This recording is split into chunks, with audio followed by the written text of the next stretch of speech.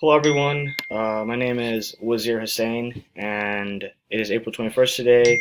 The topic that we're going to be talking about is medical marijuana laws and how they relate to opioid overdose death in the United States. So the issue is very prevalent. It's been something that was widely regarded in both presidential campaigns last year was opioid overdose death, and that is no small thing. It's because it's rampant from coast to coast. Very prevalent in the Midwestern part of the United States, in the New England area. And now it is going further south to Georgia.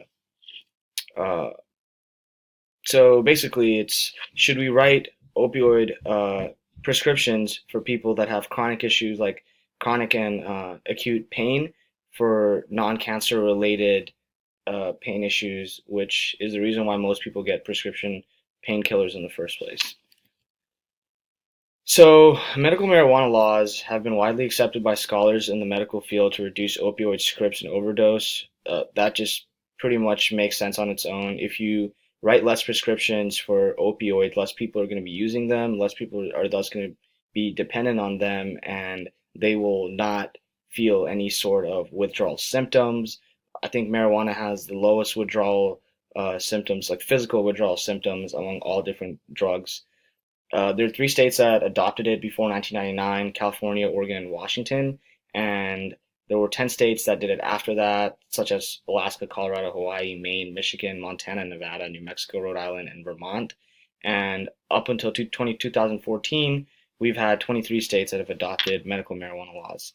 So the way the marijuana works is it uses opioid receptors in the brain to create a feeling of sensation that reduces pain. And that's how opioids and marijuana they're similar.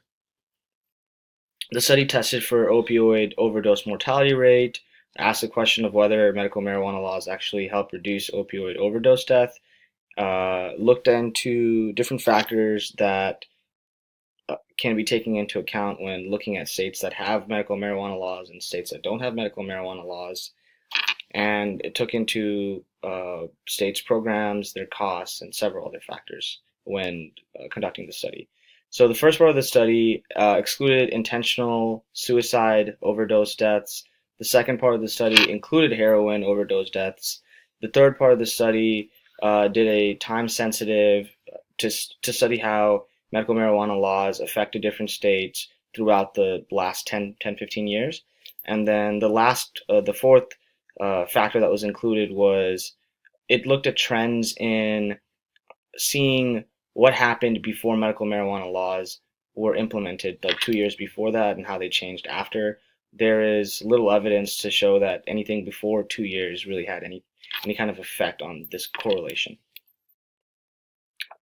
So the results are obvious. 60% of opioid overdose death comes from legitimate prescriptions. That's kind of a fact that I really thought was overwhelming. Medical marijuana laws associated with a reduction in almost 25% in the annual rate of opioid overdose death. The association proved to be stronger when excluding suicide deaths and heroin overdose.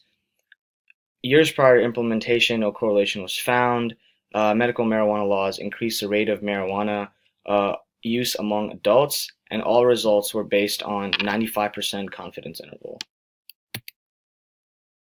So the last part of this is if medical marijuana laws are so popular and they've been proven to have a 25% reduction in opioid death, why are lawmakers still opposed? Well, there are several factors. Special interest definitely has a lot to do with it, with pharmaceutical companies perhaps losing profits due to medical marijuana, modest reductions, and also because alternative theory suggests that it is a gateway to using other drugs, and it does increase the likelihood of people using more cannabis. But the future is uncertain. Obviously, more testing needs to be done for a comprehensive policy decision.